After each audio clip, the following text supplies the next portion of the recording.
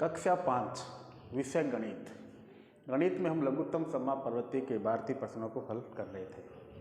तो उसी के अंतर्गत हमने पढ़ा कि पाठ्य पुस्तक का जो प्रश्न है वो लिया है कि एक पुस्तक विक्रेता अपनी पुस्तकों को 16, 24 तथा 32 की गड्डियों में पूरा बांट लेता है, तो उसके पास कम से कम कितनी पुस्तकें हैं। यानी उसके पास जितनी भी पुस्तकें हैं वो अगर 16 के हिसाब से लगाए तो पूरी गड्डी बनती है, अगर 24 पुस्तकों के हिसाब से लगाए तो भी पूरी गड्डी बनती है, और अगर 32 के हिसाब से लगाए तो भी गड्डी पूरी बनती है।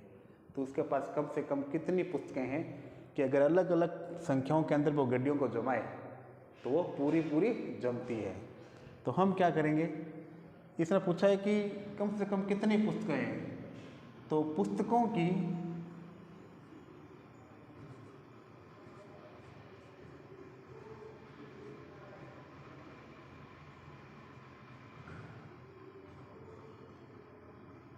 संख्या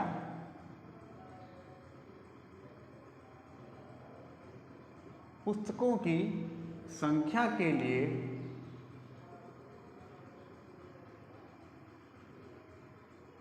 26, 24 तथा 32 का लस ज्ञात करेंगे।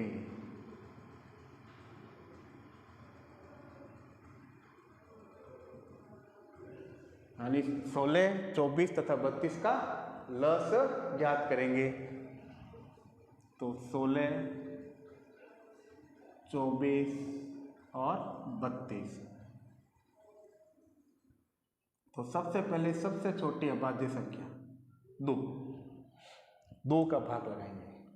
तो 2 का भाग 16 में गया, 2 अट्ठे 16, 8 पर। अब 24 में लगाना है, 2 एकम 2 और 2 दूनी 4 यानी 12 बार। अब 2 का भाग 32 में देंगे, पहले 2 एकम 2, एक बार, एक बचा, 2 उतारा, 2 छन 12 यानी 16 बार। फिर 2 का 2 एकम 2, 2 दूनी 4, 2 तिया 6, 2 चौके 8, 4 बार। फिर 2 पंजे 10, 2 छन 6 बार में गया 12, 2 सते 14, 2 अट्ठे 16। फिर 2 का 2 दूनी 4, 2 तिया 6, 2 चौके 8।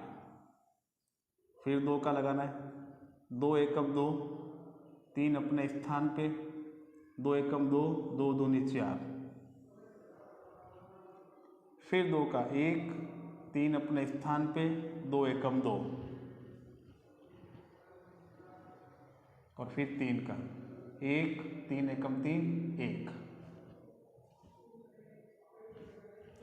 तो ये हमने 16, 24 और 32 का अभाज्य गुणनखंड ज्ञात किया। अब हमें इसका लस से निकालना है। तो जो अभाज्य गुणनखंड हमें प्राप्त हुए हैं उन सब की हम आपस में क्या कर देंगे, गुणा कर देंगे, और गुणा करने पे जो आंसर होगा वो हमारा होगा लस।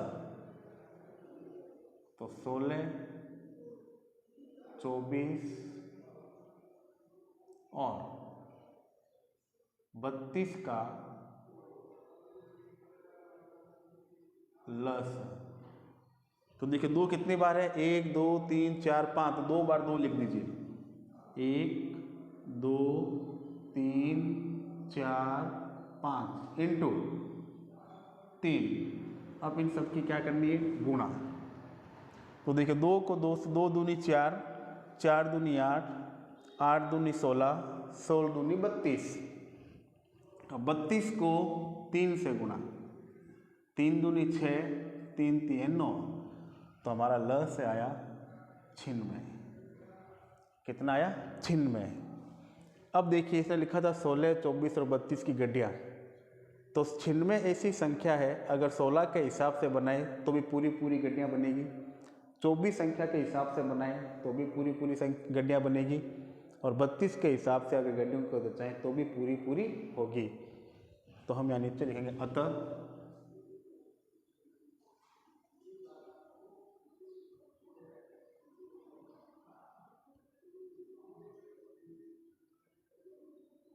पुस्तकों की संख्या बराबर 96 और ये हमारा आंसर। तो इस प्रकार से आपको इस सवालों को हल करना है।